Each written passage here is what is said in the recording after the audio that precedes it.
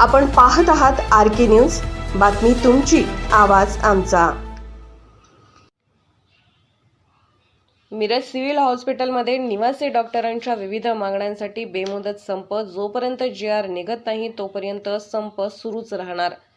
मिरजेतील शासकीय वैद्यकीय महाविद्यालय व शासकीय रुग्णालय सांगली आणि मिरज यांच्याकडून निवासी डॉक्टर्स यांच्या 3 मागण्यांचे निवेदन उपमुख्यमंत्री अजित पवार आणि वैद्यकीय शिक्षण मंत्री हसन मुश्रीफ यांना दिले होते, पण अजून देखील यावर तोडगा निघाला नसल्याने आजपासून मिरजेतील शासकीय वैद्यकीय महाविद्यालय व रुग्णालय मिरज येथील निवासी डॉक्टरांनी बेमुदत संप पुकारला आहे।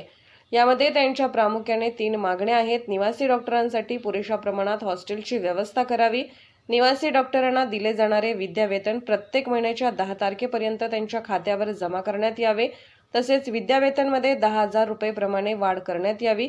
या मागण्यांसाठी गेले 2 आठवडे झाले तरी देखील या मागण्या पूर्ण झाल्या नसल्याने आजपासून निवासी डॉक्टरांनी बेमुदत संप पुकारून मिरज शासकीय वैद्यकीय महाविद्यालय व रुग्णालय उपअधिष्ठाता यांना निवेदन देऊन जोपर्यंत GR निघत नाही तोपर्यंत बेमुदत संप सुरूच राहणार असल्याचे सांगितले आहे।